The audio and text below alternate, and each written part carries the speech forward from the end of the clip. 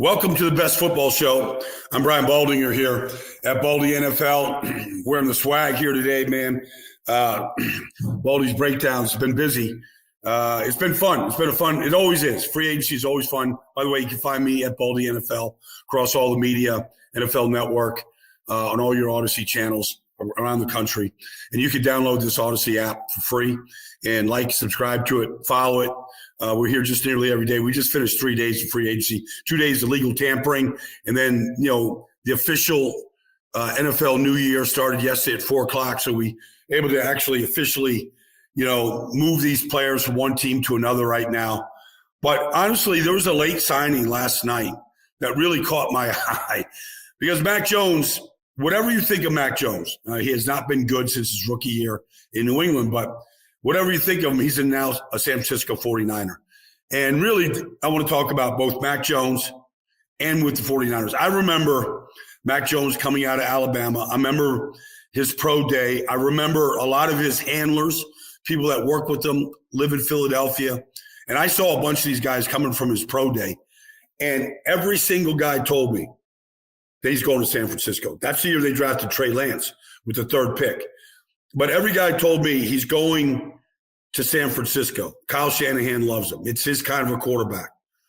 And in some ways, he was sort of what Brock Purdy has been coming out of Alabama. Smart, not a big arm, but knows where to go with the ball, processes information quickly, all that. Now, he's been in New England. He was in Jacksonville last year, started, the last 6 or 7 games for Jacksonville. He was awful. The team was awful. So he's gone to 2 places. Think about it. 2 places that have been blown up. Bill Belichick, all the things they did to Gerard Mayo, going down to Doug Peterson. He's been in 2 places that have just been blown up. Now he goes to San Francisco. And honestly, I've been saying this now throughout this whole free agency period. What quarterbacks need to do when they've gotten off to a rocky start and things haven't gone well is you got to go to quarterback rehab. And quarterback rehab right now is basically 3 places. You go with Sean McVay with the Rams, you go with Kyle Shanahan with the 49ers, or you go with Kevin O'Connell with the Vikings. And they're all from the same system. Like Mack Jones needs to go to quarterback rehab and sit behind Brock Purdy and just watch how things are done. Watch how you game plan. Watch how you practice. Watch how you build a team. Like all those things you get. How you call plays.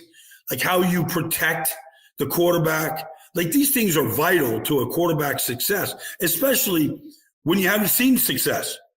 And so I feel like, and look, let's talk about the 49ers because there's huge panic there. But the 49ers are just going through growing pains when you got to pay your quarterback.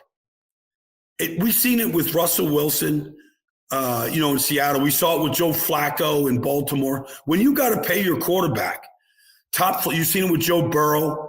When you got to pay your quarterback top flight money, you can't keep signing your players and paying them to top flight salaries. For 4 straight years in a row, the 49ers paid Nick Bosa. They paid Fred Warner. They paid Kyle Juszczyk, Deebo, Aiyuk, Kittle, Trent Williams. They paid the top players at their position top flight money. All those guys made top flight money.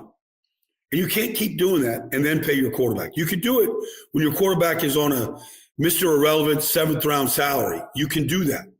So it all had to come to a stop. At some point, you can't keep kicking the can down the street. You got to start, okay, we got to cut juice. We got to trade Deebo. If we can trade Aiyuk, they're going to trade Aiyuk if they can. They got to get out from underneath these salaries to be able to pay these guys. So, look, I'm not panicking in San Francisco. I saw John Lynch at the Senior Bowl this year. Like, they got to rebuild their defensive line. Once they lost a lot of their top flight players up front, their defense fell apart. So Robert Saleh is the defense coordinator. They need an infusion of legit big-time defensive talent on the front. I think, Fred Warner and, what they got, Tig Brown, and what they have at safety, Mustafa, they were going to be okay, but they weren't going to be able to keep Travarius Ward and some of these, and Dre Greenlaw. So they lost a lot of good players. They got to, ultimately, when you pay your quarterback, you have got to be able to hit in the draft. That's what the Rams have done. That's why the Rams are still competitive in winning playoff games. That's why the Bucs continue to dominate that division. 4 straight division titles. They lose Tom Brady. All right, they got a couple quarterbacks. Here's Baker, but Levante David, Chris Godwin, they're all back.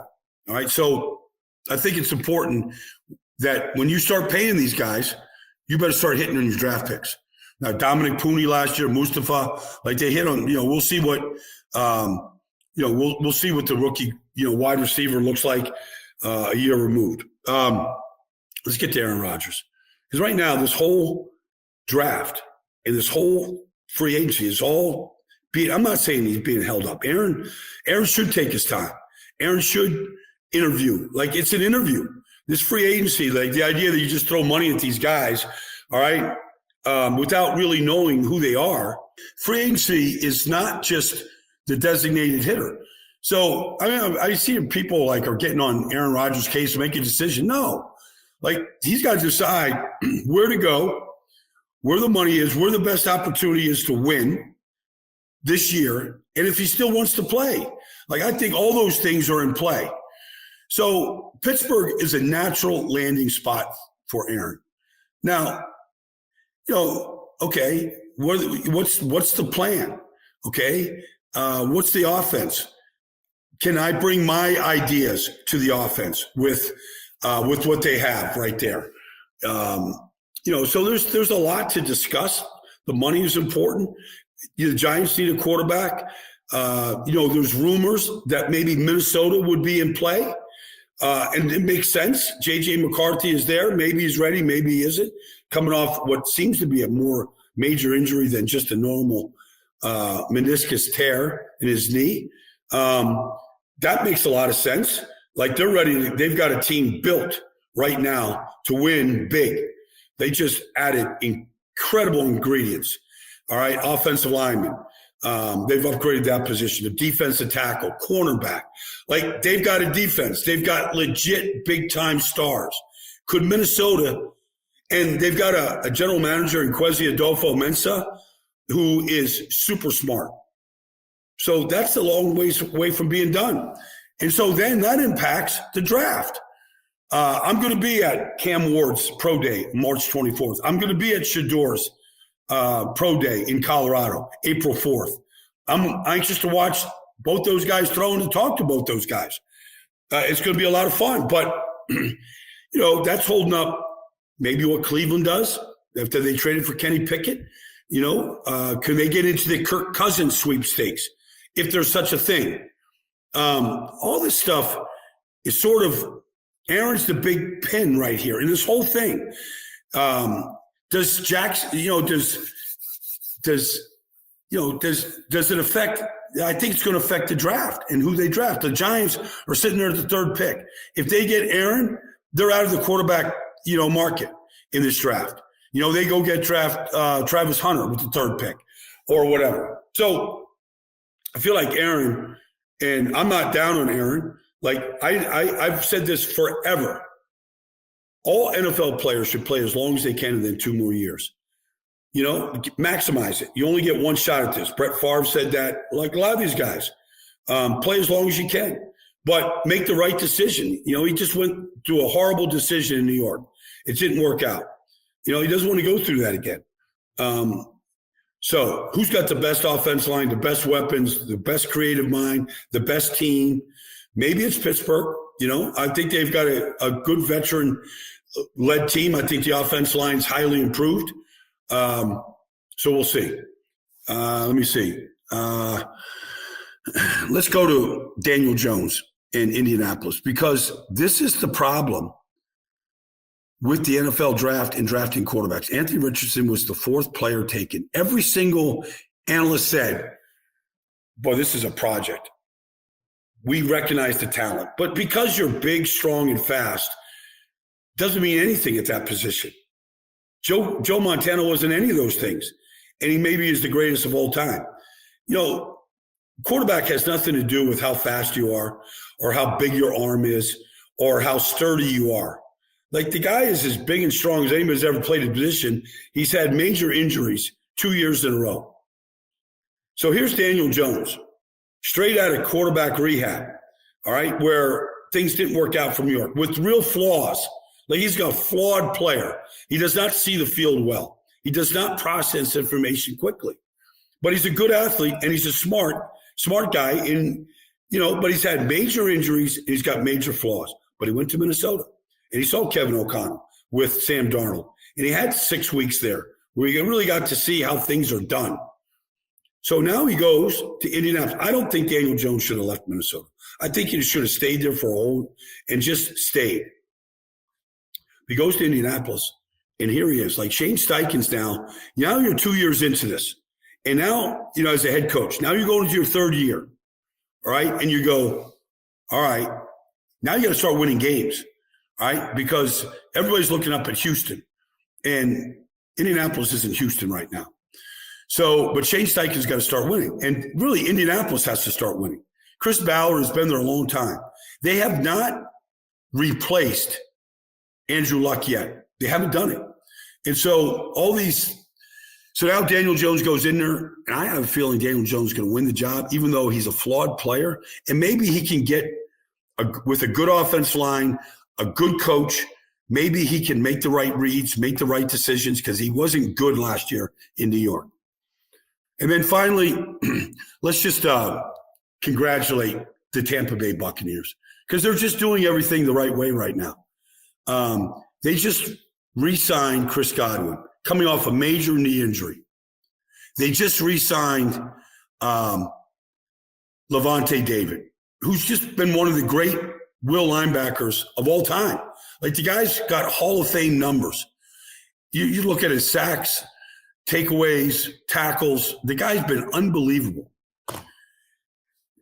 And they've just – Jason Light is up there with Howie Roseman and some of the great general managers now. They've won Division 4 years in a row. They've won a Super Bowl. They've replaced Tom Brady. They found Baker Mayfield. They rebuilt their offensive line last year, drafting, a great player in Graham Barton, finding Ben Bredeson, drafting Cody Mock. Like, the draft last year with Jalen McMillan and all the guys, Bucky Irving, like, it was fantastic. They draft well. Todd Bowles has coached security for the first time in his whole career. They've replaced 3 coordinators in a row. Canales, Cohen. Now here comes, Josh Grizzard. It's unbelievable what they're doing. Hats off to them. They're the favorites to win this division again this year. Like, I don't think it's close with Atlanta or Carolina or New Orleans. Like, I think they're going to win their 5th straight division. They won playoff games. They won a Super Bowl. But they're doing things the right way. They reward their players. Mike Evans, they've rewarded. Levante, they're going to go in the draft, and they'll find a big corner. They'll find another pass rusher. And look, they just signed Hassan Reddick, coming off 2 years ago, a 19.5 sack season. We all know he was a holdout in New York last year. It was a disaster. Hassan Reddick can still play. He can still flat out play. You put him with Yaya Diaby and Kalijah Kancey and, Vita Vea. All right. They moved on from Devin White, when they realized he couldn't cover. Here comes KJ Britt. They just Antoine Winfield, they rewarded last year. They do everything the right way. And so congratulations, because they sprinkle in free agency. That was a sneaky good signing with Hassan Reddick. Sneaky good. He's still a young player. He grew up, like, I'm in New Jersey right now. He grew up 10 miles away from me. His dad is here. Like, he's got football left in the tank. All right. That's been the best football show. I don't know. Maybe we get quarterback news tomorrow. Maybe something else happens. If it does, I'll be here. Otherwise, I'll see you next week. Thanks for joining me, everybody. This has been the best football show. Happy to talk to you. Happy to talk football. Getting ready for the pro days. Like I said, I'll be at Cam Ward, the University of Miami. A lot of players down there. Elijah Aroro at tight end. Looks like a great route runner to me. A lot of stuff to talk about coming up. Maybe tomorrow, but certainly next week. Look forward to talking to everybody.